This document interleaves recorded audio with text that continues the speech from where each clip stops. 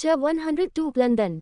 हुकुमसा दूर से ही परी को एक नज़र देखे, फिर अपने जख्मी हाथ को देखते हुए कमरे की डिम लाइट ऑन कर दिए और उसकी रोशनी में कबर्ड खोल के उसमें से रुमाल निकाल के अपने हाथ में बेपरवाही से बांध लिए और अपने जेब से फ़ोन निकाल के किसी को कॉल कर दिए और बालकनी में जाके बात करने लगे। थोड़ी देर में हुकुमसा की बात खत्म हुई और वो कमरे में आ गए। फिर बैग के पास जाके हुकुमसा परी को एकटक देखने लगे। जिस परी को देखने भर से हुकुमसा का सारा गुस्सा खत्म हो जाता था, आज उसी परी को देखने के बाद भी हुकुमसा के चेहरे पे गुस्सा ही दिख रहा था। कुछ देर बाद हुकुमसा का जो हाथ ठीक था, उससे परी को संभालते हुए बेड पे ठीक से लिटाए और ब्लैंकेट को खींच के ठीक से परी को कवर कर दिए। ये सब करते हुए हुकुमसा के चेहरे पे सिर्फ एक ही भाव दिख रहा था, गुस्सा। हुकुमसा परी को ठीक से सुला के उसको देखते हुए मन ही मन बोले, परी हम आपकी सारी गलतफहमी दूर करेंगे, पर उसके बाद आपको हमारे गुस्से का सामना करना पड़ेगा। कहते हुए उनके हाथों की मुठियां कस गई और चेहरे पे नाराजगी नजर आने लगा। हुकुमसा गुस्से से अपना चेहरा फेरे और लाइट ऑफ करके अपना टी शर्ट खोलते हुए जाके बेड पे लेट गए।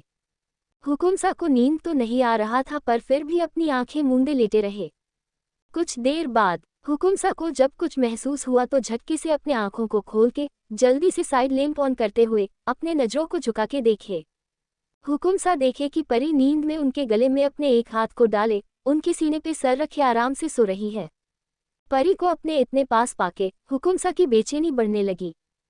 फिर अपना सर तकिए में धसाते हुए ऊपर सीलिंग को घूरते हुए हुकुमसा मन ही मन खुद से बोले, कंट्रोल शौर्य, आप परी से नाराज हैं, इस बार परी को उनकी गलती के लिए जल्दी माफ नहीं करना है।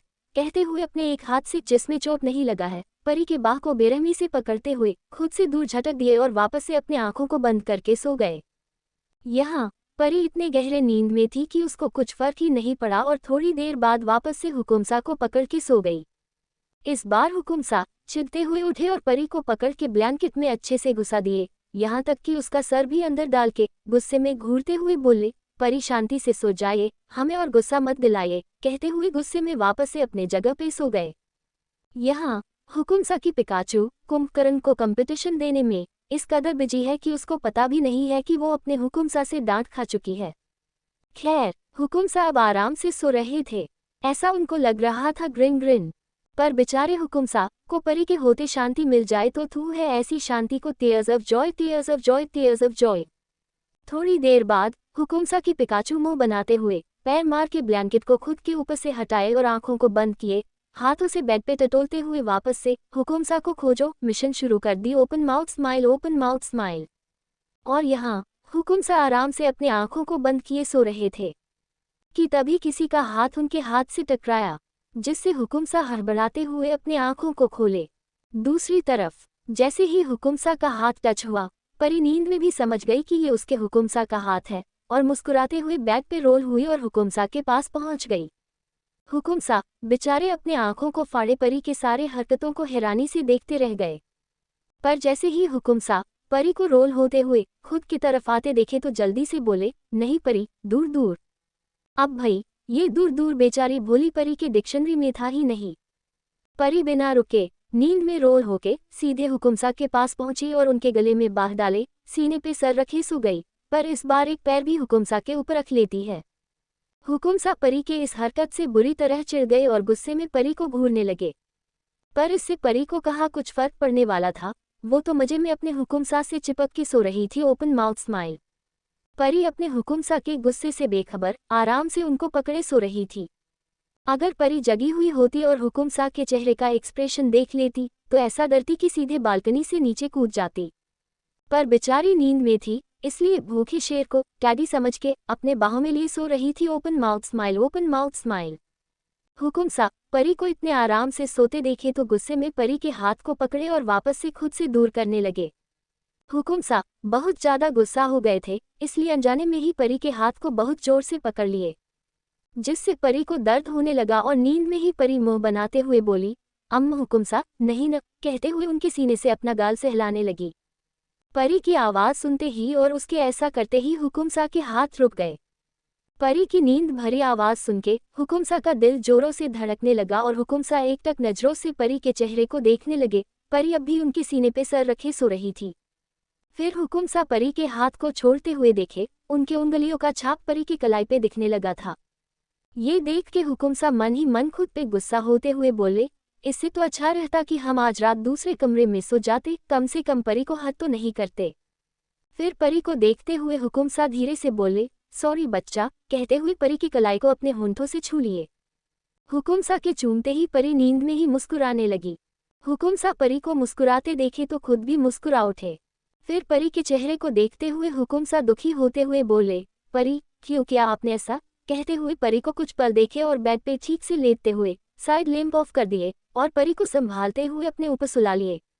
अपने हुकुम सा के ऊपर आते ही परी उनकी कमर में अपने हाथ को कसते हुए आराम से सो गई। हुकुम सा परी को इतना आराम से सोते देखे तो परी के माथे को अपने होंठों से छूते हुए मन ही मन बोले, जान, कल का दिन आपके लिए बहुत भारी पड़ने वाला है।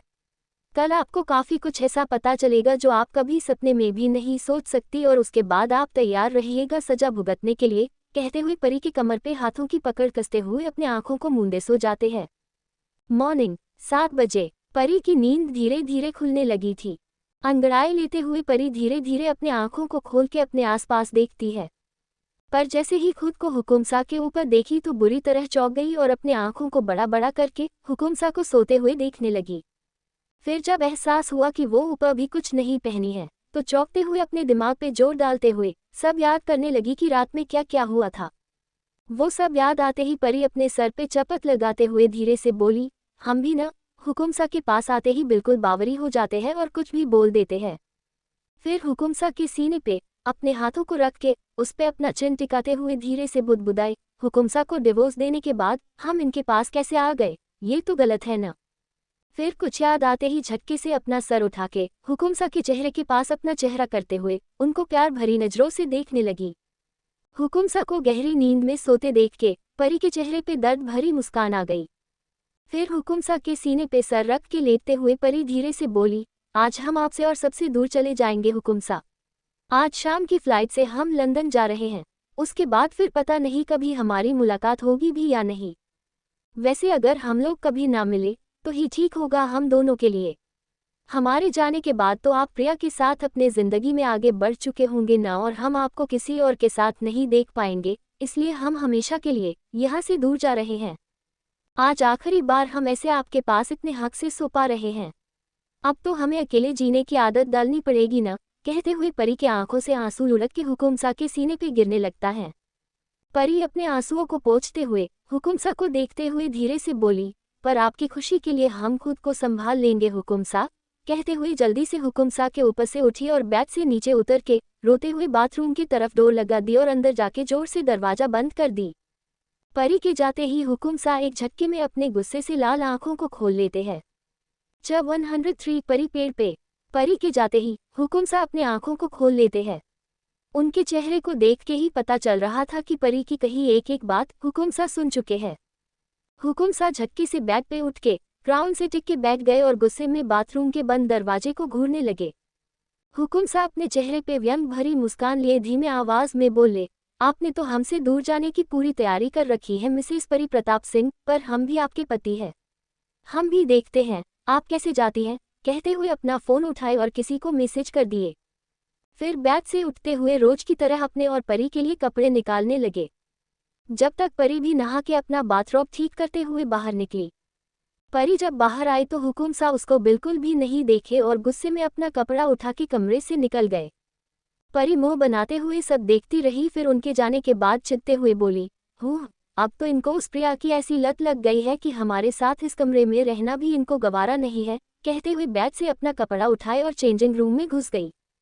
और यहाँ दरवाजे पे खड़े हुकुम सा परी की कही एक एक बात फिर से सुन लिए थे और गुस्से से दूसरे कमरे में जाते हुए मन ही मन बोले, फिर से प्रिया, हद है मतलब।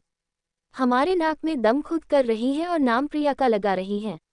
हमारे अच्छे खासे मूड का सत्यानाश इनकी लंदन की ट्रिप कर रही है और उसमें भी इनको लगता है कि प्रिया की गलती है। कहते हुए कमरे में घुस के दरवाजा बंद करते हुए कपड़ों को बेड पे फेंके। फिर हुकुम सा मुंह बनाते हुए ऊपर देख के बोल ले, ऐसा भी कौन सा गुनाह हो गया था हमसे जो परी जैसा मॉडल हमारे नाम लिख दिए।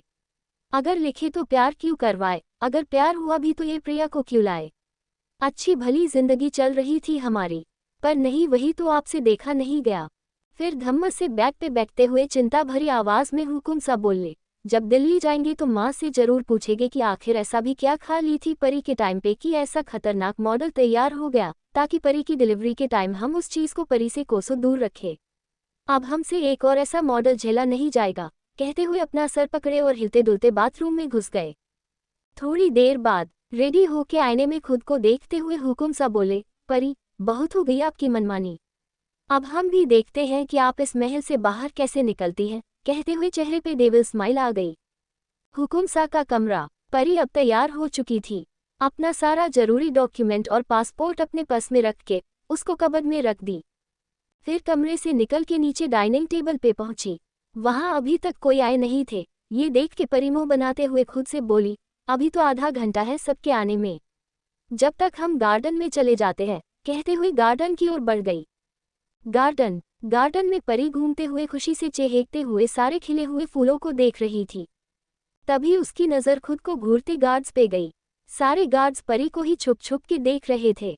ये देख के परी चौंक गई और सबको घूरने लगी। यहाँ जैसे ही सारे गार्ड्स परी को खुद को घूरते हुए पाए तो सारे इधर उधर तितर बितर हो गए। ये देख के परी अब सबको शक भरी नजरों से देखते हुए खुद से बोली, क्या ये लोग हम पे नजर रख रहे हैं, कहते हुए परी के चेहरे पे शातिर मुस्कान आ गई। फिर सारे गार्ड्स के इधर उधर देखते ही परी भाग के आम के पेड़ के पीछे छुप गई।